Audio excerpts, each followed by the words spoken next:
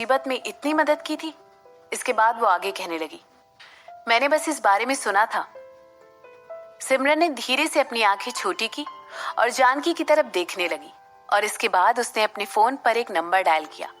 Video पर देखा जा सकता था कि पद्मनी का फोन भी उसी समय बज उठा था और इसी वजह से वो जो कुछ भी कर रही थी वो रोकने पर मजबूर हो गई थी ताकि वो उस फोन कॉल को आंसर कर सके। तुम क्या करने की प्लानिंग कर रही हो? ऐसा पूछते हुए सिमरन ने अपने फोन पर लाउड स्पीकर का बटन प्रेस कर दिया ताकि जानकी भी उनकी बातचीत को सुन सके। तुम मुझे रोक नहीं सकती हो, मैं इस औरत को नरक दिखा कर रहूंगी। पद्मनी की शैतानी आवाज उस पूरे कमरे में गूंज उठी। ओह, मैं तुम्हें रोकने की प्लानिंग नहीं कर रही हूँ। हाँ, लेकिन दूसरी तरफ मैं चाहती हूँ कि तुम धीरे धीरे उसके नाखूनों को उखाड़कर अलग कर दो और उसके पैरों से पहले शुरुआत करना। ऐसा कहते हुए सिमरन सीधे जानकी की आंखों में घूर कर देखने लगी और फिर आगे कहने लगी, मिस्टर बी से पूछना और वो इस बारे में तुम्हारी मदद जरूर करेंगे। अगर ऐसा करते वक्त रुक्मणी बेहोश हो जाती है तो मिस्टर बी के पास उसे उठाने का तरीका भी है। बार बार उसे ये दर्द पहुंचाते रहो। अगर उसका दिल कमजोर हो जाता है तो उसके सिस्टम में थोड़ी सी एड्रेलिन मिला देना। ऐसा कहते हुए सिमरन की आंखों में एक शैतानी चमक थी और कॉल एंड करने से पहले एक बार फिर वो जानकी की तरफ मुस्कुराकर देख रही थी। अब क्योंकि ये सब तुम्हारा आइडिया था, इसलिए मेरे पास तुमसे इस बारे में बात करने के लिए और कुछ बचा ही नहीं है, सिमरन ने कहा। इसके बाद वो आगे कहने लगी, मैं पूरी उम्मीद करती हूँ कि तुम अपनी बेटी को इस तरह मरते हुए देखना एंजॉय करोगी, मिसेस राजवंशी। नहीं नहीं, रुको रुको, मैं। ऐसा कहते हुए जानकी बार बार अपना सिर हिला रही थी और फिर वो आगे कहने लगी, नहीं, मैंने झूठ बोला था, मैंने झूठ बोला था, वो मैं नहीं थी, मैं, किसी ने मुझे उसे दिखाया था।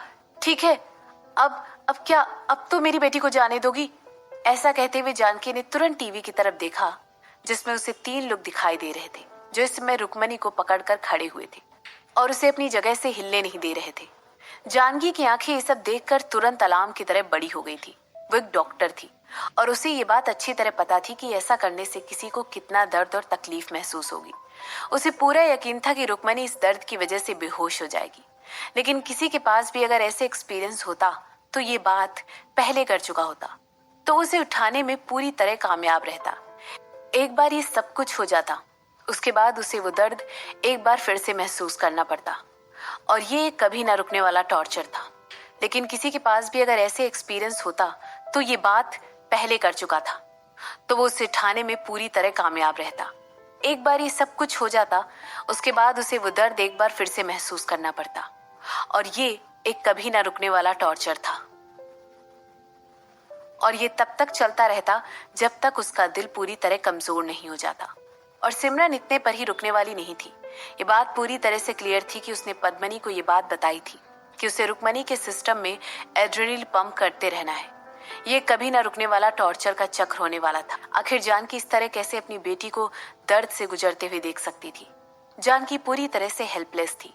किसी अपने को जिसे आप बहुत ज्यादा प्यार करते हैं इस तरह टॉर्चर होते हुए देखना एक ऐसी चीज थी जो उसे मन ही मन पता थी कि वो नहीं कर सकती थी। हालांकि उसे ये बात भी अच्छी तरह पता थी कि रुक्मणी इस समय जो कुछ भी सफर कर रही थी वो जानती थी कि वो किसकी वजह से कर रही थी और वो इस बारे में कुछ नहीं कर सकती थी और यही बहुत ज्यादा बुरी बात थी। तो सिमरन ने एक आईब्रो उठाते हुए पूछा। इस समय उसकी टोन पूरी तरह टॉर्चर करने वाली सुनाई दे रही थी और उसके चेहरे पर एक बार फिर वही पुरानी स्माइल प्लास्टर हो गई थी। वो कपूर फैमिली की मैडम थी, जानकी ने कहा। जोया कपूर, कपूर फैमिली की मेंबर। उसने ही मुझे एक तस्वीर दिखाई थी और कहा था कि उसे शक है कि ये मिस्टर राजवंशी की मिस्ट्रेस है। मिस्टर राजवंशी ने इससे पहले मेरे ऊपर कभी कोई चीटिंग नहीं की थी और मैं उन पर पूरी तरह विश्वास करती थी। हालांकि जब जोया ने मुझे बताया कि उसने मिस्टर राजवंशी को एक औरत के साथ देखा है तो मैंने तुरंत उसकी बात पर विश्वास कर लिया। वो मेरी बेस्ट फ्रेंड थी और मैं उस पर पूरा विश्वास करती थी और उसी सेम टाइम पर मुझे ऐसा लग रहा था कि वो मुझसे कभी भी झूठ नहीं कह सकती है। इस पॉइंट पर जानकी ने ऑलरेडी रोना शुरू कर दिया था और वो इतनी जोर जोर से रो रही थी कि उसके मुंह से और शब्द ही नहीं निकल पा रहे थे। उसे उस औरत को धोखा देने पर मजबूर किया जा रहा था जिसने हर बार प्रॉब्लम में आने पर उसकी मदद की थी। ऑफ कोर्स उसके पास इसके अलावा और कोई चॉइस भी नहीं बची थी। वो अपनी बेस्ट फ्रेंड से बहुत ज्यादा प्यार करती थी और अपनी बेटी से भी, मगर at the end of the day वो एक माँ थी। उसका दिल हमेशा ही अपनी बेटी का साथ देता। बताओ मुझे कि 7 साल पहले क्या हुआ था, सिमरन ने कहा। सिमरन के चेहरे से वो मुस्कुराहट कब की जा चुकी थी।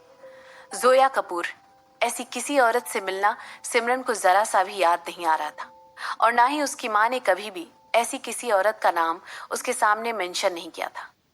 सिमरन के पास एक फोटो थी जिसमें साफ साफ दिखाई दे रहा था कि एक औरत मिसेस कपूर और जानकी के साथ बैठकर वहां पर कॉफी पी रही थी, मगर इसके अलावा उसने उस औरत को, जहां तक उसे याद था, कभी भी नहीं देखा था। मैंने बहुत ज्यादा शराब पी रखी थी। जानकी ने अपनी बात करना स्टार्ट किया, लेकिन उसकी आंखें अभी भी स्क्रीन पर ही लगी हुई थी। इसके बाद वो आगे कहने लगी, ये सब तुरंत रुकवाओ, मैं तुम्हें सब कुछ बताऊंगी, लेकिन पहले तुम पद्मनी को रोको। सिमरन ने अपनी आंखें छोटी करते हुए उस औरत की तरफ देखा। मिनी ऑलरेडी बहुत ज्यादा हार्डवर्क करते हुए रुक्मणी के पैरों के एक नाखून को उखाड़ने की जद्दोजहद कर रही थी, और रुक्मणी ऑलरेडी दर्द के मारे चीख रही थी, चिल्ला रही थी और बहुत ज्यादा स्ट्रगल कर रही थी। जैसे ही सिमरन ने सब देखा, उसने तुरंत मनमीत का नंबर डायल किया और उससे कहा कि वो पद्मनी को किसी भी तरह रोके। इस समय सिमरन के लिए सच जानना बहुत ज्यादा जरूरी था। जो वीडियो मनमीत ने उसे दिखाया था और जिसमें साफ साफ दिखाई दे रहा था कि पद्मनी को किस तरह उसके आदमियों के थ्रू रोका गया है और धीरे धीरे उसे उस रूम से खींचकर बाहर ले जाया जा रहा है। जैसे ही जानकी ने ये वीडियो देखा, उसने चैन की सांस ली। अब तुम स्टार्ट कर सकती हो, सिमरन की ठंडी आवाज उस पूरे रूम में गूंजने लगी। उसके चेहरे पर कोई भी एक्सप्रेशन नहीं था और इस समय उसका चेहरा पूरी तरह ठंडा दिखाई दे रहा था। वो एकटक जानकी की तरफ घूर कर देख रही थी। जो बेपरवाही का और केयर फ्री एटीट्यूड वो इससे पहले जानकी को दिखा रही थी, वो कब का जा चुका था। ऐसा लग रहा था मानो सिमरन की पर्सनैलिटी 1 सेकंड के अंदर बदल चुकी थी। जो औरत इस समय जानकी के सामने खड़ी थी, वो उस सिमरन से बहुत अलग थी जो इससे पहले जानकी को देखकर मुस्कुरा रही थी। मैंने बहुत ज्यादा शराब पी रखी थी। मैं महिमा और हेमंत की माँ के साथ अक्सर पीने बैठा करती थी। मुझे तुरंत जोया की तरफ से एक फोटो रिसीव होती है और मैं पूरी तरह टूट जाती हूँ। जैसा कि मैंने कहा था, मेरे हस्बैंड एक बहुत ही डरपोक इंसान हो सकते हैं, लेकिन उनकी कभी भी कोई मिस्ट्रेस इससे पहले नहीं थी, या फिर हो सकता है ये सिर्फ मेरी सोच थी। उस रात जोया ने मुझे सुझाव दिया कि हमें एक प्राइवेट बार में जाकर उसके बेटे का बर्थडे सेलिब्रेट करना चाहिए। उसने हम सब से कहा कि हम अपने साथ कोई भी कार लेकर ना आए, क्योंकि वो हम सबको अपनी कार में ही घर तक छोड़ेगी। ऐसा कहने के बाद जानकी रुक गई और उस रात की यादों में खो गई। इसके बाद कुछ सोचते हुए वो आगे कहने लगी, बार में उसने मुझे मेरे पति के बारे में बताया और तुम्हारी माँ की फोटो मुझे दिखाई, या हो सकता है उसने किसी ऐसी औरत की फोटो मुझे दिखाई थी जो तुम्हारी माँ से मिलती जुलती दिखाई देती थी। मगर फिर उसने बहुत ज्यादा शराब पी ली और अंत में उसके हस्बैंड के कुछ आदमी आए और उसे लेकर चले गए। इसके बाद हमें खुद कार ड्राइव करके जाना पड़ा। हेमंत की माँ ने इंसिस्ट किया कि हमें वेट करना चाहिए कि जोया का हस्बैंड हमारे लिए भी कोई ड्राइवर भिजवा दे, लेकिन मैंने उससे उस रात ड्राइव करने पर जोर दिया। मैंने इतनी ज्यादा शराब नहीं पी रखी थी। मैं बस बहुत ज्यादा गुस्से में थी और मुझे थोड़ी सी ताजी हवा खानी थी। ऑलरेडी रात बहुत हो चुकी थी, इसीलिए मुझे पता था कि रोड पर बहुत ही कम कारें और लोग होने वाले थे। अंत में हेमंत की माँ और महिमा मेरी बात मानकर राजी हो गए और फिर मैंने तुम्हें किसी से बहस करते हुए देखा। ऑफ कोर्स मैंने तुरंत सोचा कि ये हो ना हो तुम्हारी माँ ही है। तुमने उस रात एक बहुत छोटी सी ड्रेस पहनी हुई थी जिसे देखकर मुझे तुम एक बिगड़ी हुई लड़की दिख रही थी। और खैर मैं अपने गुस्से पर और ज्यादा काबू नहीं रख पाई और मैंने एक्सीलरेटर पर पैर रख दिया और मैं तुम्हारी तरफ तेज स्पीड में गाड़ी चलाते हुए आने लगी। मैंने ये बात बिल्कुल भी रियलाइज नहीं की थी कि तुम्हारी माँ ऑलरेडी तुम्हें बचाने के लिए उस कार के सामने कूद चुकी थी। मैं बहुत ज्यादा गुस्से में थी। मुझे ऐसा लग रहा था जैसे मुझे किसी ने धोखा दिया था और मैं पूरी तरह जलन से भर चुकी थी।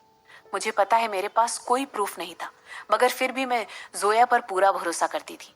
जानकी ने अपनी बात कही।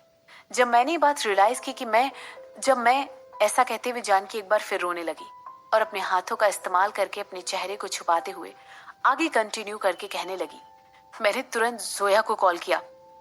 जैसे ही मैंने रियलाइज किया कि मैंने तुम्हें और तुम्हारी माँ को टक्कर मार दी है, मैंने तुरंत जोया से बात की। उसने मुझसे कहा कि मुझे वही करना चाहिए जिसकी वजह से मुझे और ज्यादा बेहतर फील हो, और मेरा अपने इमोशंस के ऊपर से पूरी तरह कंट्रोल खो चुका था और मैंने तुम्हारी माँ को मार दिया। सिमरन ने आगे कुछ नहीं कहा। इस समय लगातार जानकी की तरफ घूर कर देख रही थी। उसकी आंखों में इस समय कोई भी एक्सप्रेशन दिखाई नहीं दे रहा था। क्या वो अपनी इमोशंस के ऊपर से कंट्रोल खो चुकी थी?